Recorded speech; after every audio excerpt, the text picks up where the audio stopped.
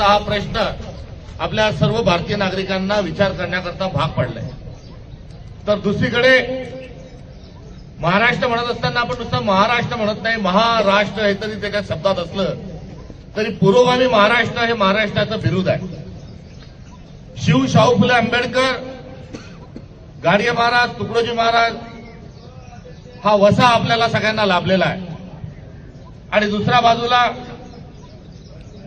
जी पवित्र अशी संत परंपरा जी आहे ती बसवेश्वर स्वामींच्या माध्यमातून, चक्रधर स्वामींच्या माध्यमातून,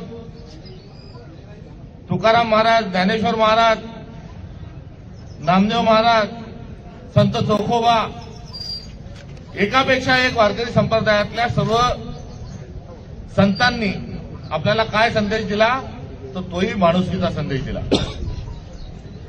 आणि हा आपला पुरोगामी महाराष्ट्र, ज्याच्या महाराष्ट्राच्या निर्मितीच्या वेळेस 105 लोकांचं बलिदान झालं आणि 105 लोकांच्या बलिदानानंतर आपण एक महाराष्ट्र धर्म नावाचा एक अध्याय आपण सुरू केला। एकीकडे संविधान आणि दुसरीकडे महाराष्ट्र नावाचा आपला धर्म, आणि त्यामध्ये सर्व जाती धर्माच्या पंथाच्या लोकांनी हातात हात घालून गुण्यागोविंदांनी नांदावं ही शिकवण आपल्याजवळ आहे। तर दुसऱ्या बाजूला काय, तर संतोष देशमुख यांच्या हत्येतून दुसरी जी बाजू आहे ती जळजळीत अंजन घालणारी सगळ्या महाराष्ट्राच्या आपल्या सगळ्यांच्या समोर आलेली आहे। आज या कुटुंबियांच्या समोर बोलत असताना मला शब्द फुटत नाही आहेत। नेमकेपणानं बोलत असताना, आघात करत असताना जाणीव जी आहे ती कुठेतरी क्षीण होतीये की या परिवाराशी मी महाराष्ट्रातला नागरिक या नात्यानं आणि ही सगळी नावं घेतली या नात्यानं कोणत्या अर्थानं त्यांच्या डोळ्यात डोळे घालून मी बोलू शकतो। कारण हे लज्जास्पद आहे। एका बाजूला घृणास्पद असलं तरी दुसऱ्या बाजूला लज्जास्पद आहे। आपल्या देशात 95% सज्जन आहेत आणि 65% लोक दुर्जन आहेत। सज्जनांना एक शाप आहे, त्या शापातून मुक्त होण्याचा संकल्प आपण आज करायला पाहिजे। आणि दुर्जनांना एक वरदान आहे। दुर्जन 5% जरी असले तरी ते संघटित आहेत आणि सक्रिय आहेत, आणि सज्जन 95% असले तरी ते सक्रिय नाहीत आणि विखुरलेले आहेत। त्यामुळे सज्जनांची शक्ती एकत्र करण्याचा आज संतोष देशमुखांच्या हत्येनंतर मला तर बलिदान हा शब्द उच्चारावासा वाटतो, मात्र अजून तेवढी शक्ती ही आपल्या सज्जनांच्या एकत्रित शक्तीतून ती निर्माण झालेली नाही की हा शब्द ध्वनित होईल।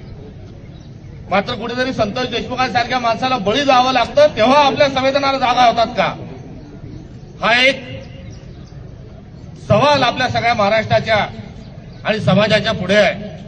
की काय हत्या झाली, अत्यंत चुकीचं।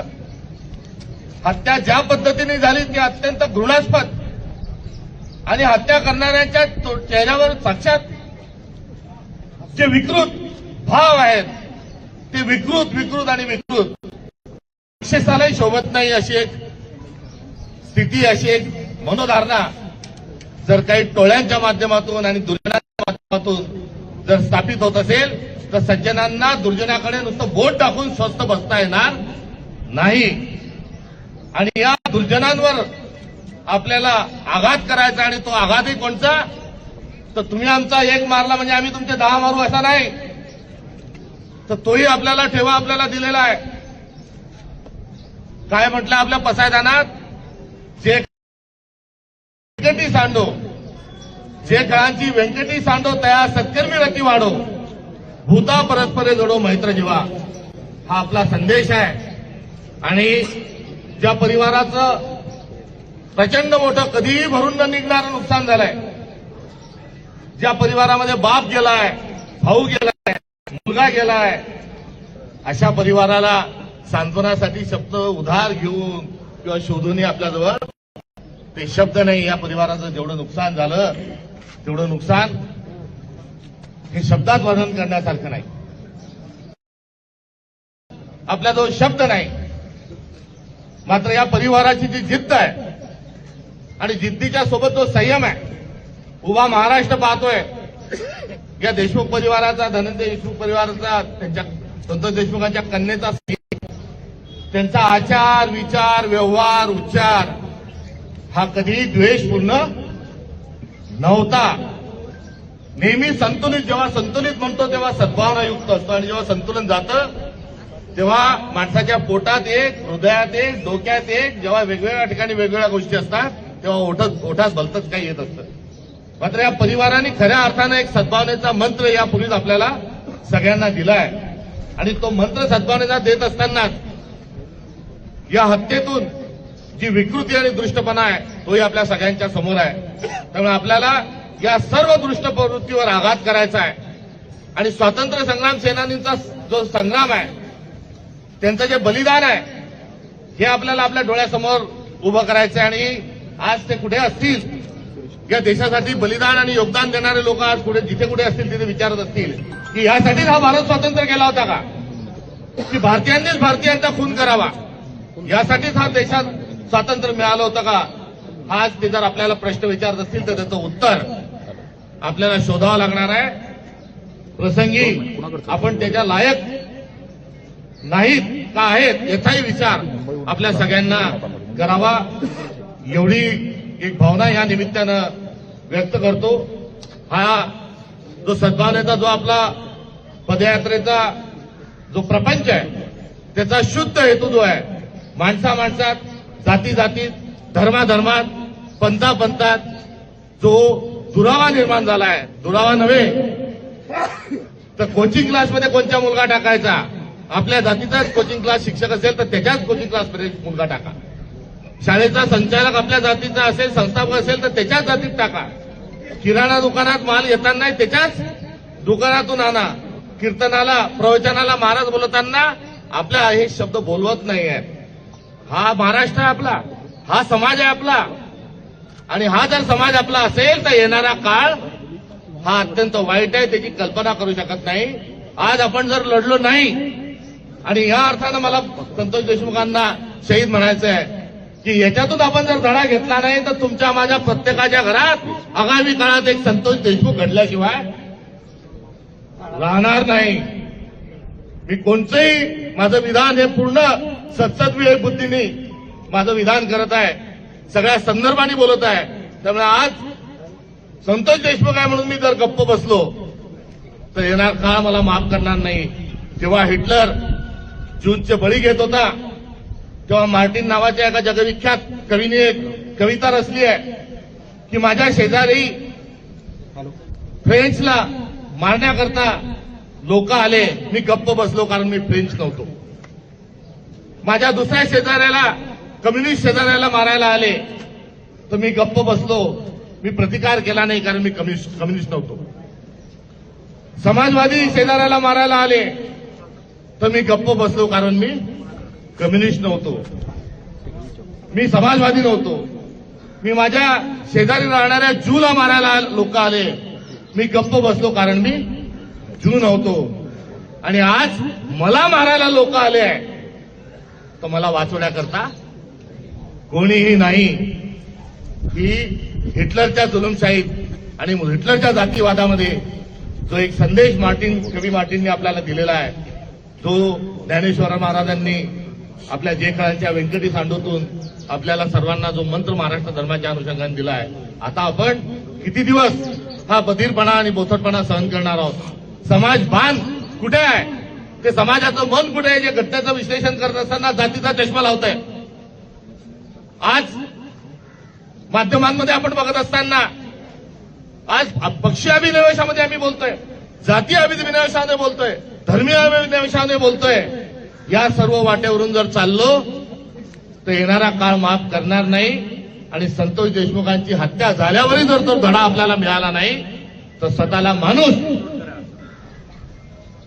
भारतीय आणि महाराष्ट्रातला माणूस म्हणून घेण्याचा हक्क आपल्याला कुठल्याही परिस्थितीत राहणार नाही. म्हणून सामाजिक उत्तरदायित्वाची भूमिका स्वीकारून ही सद्भावना यात्रा आपण काढत आहोत. या सद्भावना यात्रेमध्ये हीच भावना आणि हा संदेश आपल्याला सगळ्यांना द्यायचा आहे. आज आपण या ठिकाणून निघत आहोत, उद्याचा समारोप आहे. मात्र घराघरात, मनामनात हा संदेश देण्याचं काम आगामी काळात मला आपल्याला सगळ्यांना घेऊन करायचं आहे. आणि त्याचा सगळ्यांनी संकल्प आणि शपथ या भूमीत घेऊन जावी अशी मी आपल्या सगळ्यांना विनंती नव्हे तर आपल्या सगळ्यांसमोर मी ते साकडं घालतो आणि अभिनय तो आता परिस्थिती अशी आहे, करो या मरो, आणि या करो या मरोचा पण आपल्याला घ्यायचा आहे आणि चले जाओचाही नारा द्यायचा आहे. चले जाओ कोणाला? जातीवाद चले जाओ, धर्मवाद चले जाओ, द्वेष चले जाओ, मत्सर चले जाओ, भ्रष्टाचार चले जाओ, विकृती चले जाओ. आणि पायघड्या टाकून एकाच प्रवृत्तीचा आणि एकाच विषयात आपल्याला स्वागत करायचं आहे, आणि ती भावना कोणची? सद्भावना, सद्भावना आणि सद्भावना. तेव्हा आपण सगळ्यांनी आपापल्या ठिकाणी उभं राहावं आणि सद्भावनेची शपथ आपल्याला घ्यायची आहे. सगळ्यांनी सावधान आपला उजवा हात समोर करा. मी एक बोल म्हणेन, आम्ही सद्भावनापूर्वक शपथ घेतो की आम्ही सद्भावनापूर्वक शपथ घेतो की आम्ही सर्व मानव धर्माचे पाईक आहोत. आम्ही सर्व मानव धर्मांचे पाईक आहोत. जात धर्म पंथ भेदभाव करणार नाही. जात धर्म पंथ भेदभाव करणार नाही. एकमेकाशी सौजन्याने वागू. एकमेकाशी सौजन्याने वागू. जाती जातीमध्ये द्वेष पसरू देणार नाही. जाती जातीमध्ये द्वेष पसरू देणार नाही. प्रेम समता एकता बंधुभाव प्रेम समता एकता बंधुभाव ही जन्मजात देणगी आम्ही जपणार. ही जन्मजात देणगी आम्ही जपणार. आमच्या सर्वांच्या मनात सद्भावना आहे. आमच्या सर्वांच्या मनात सद्भावना आहे. आपण सर्व माणूस म्हणून आपण सर्व माणूस म्हणून एकमेकाशी माणुसकीने वागू. एकमेकाशी माणुसकीने वागू. आमचे एकमेकाशी नाते जपू. आमचे एकमेकाशी नाते जपू. समूळ मानव जातीचे कल्याण समूह मानव जातीचे कल्याण हीच आमची प्रार्थना आहे. हीच आमची प्रार्थना आहे. जय हिंद. जय हिंद. राष्ट्रगान होईल, त्यानंतर ध्वज ट्रान्सफर होईल, त्यानंतर हा कार्यक्रम संपेल. सर्वांनी 200 लाईनीमध्ये आपल्या सद्भावना यात्रा सुरू करायची आहे. एक साथ सावधान, राष्ट्रगान शुरू करेंगे. शुरू कर.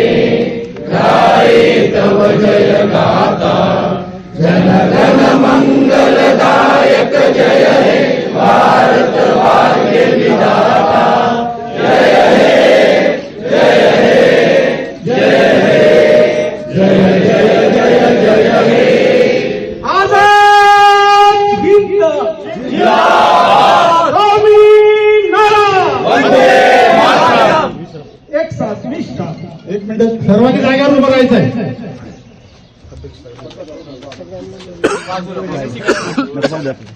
मी आदरणीय